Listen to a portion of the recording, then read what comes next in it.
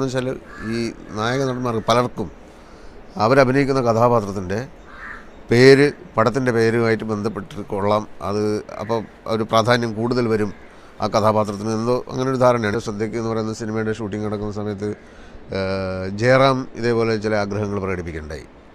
അതായത് അദ്ദേഹത്തിൻ്റെ കഥാപാത്രത്തിൻ്റെ പേര് രാമാനുജം എന്നാണ്. റാം എന്ന് സൗന്ദര്യമൊക്കെ വിളിക്കും, മറ്റ് ക്യാരക്ടേഴ്സ് വിളിക്കും, രാമു എന്ന് വിളിക്കും. അപ്പോൾ രാമാനുജം എന്നാണ്. അപ്പോൾ ഒരു ദിവസം എന്നോട് അങ്ങനെ ജയറാം ചോദിച്ചു, എന്തരോ രാമാനുജ ഭാവലു എന്നുള്ള ഒരു പേരെങ്ങനെ ഉണ്ടാവും എന്നുവെച്ചാൽ ഈ രാമാനുജൻ എന്ന് പറയുന്ന ആ കഥാപാത്രത്തിൻ്റെ പേര് ടൈറ്റിലിൽ ഉൾപ്പെടുത്താൻ വേണ്ടി വളരെ ആലോചിച്ച് പിടിച്ച് ജയറാം ഉണ്ടാക്കിയൊരു പേരാണ് അത്.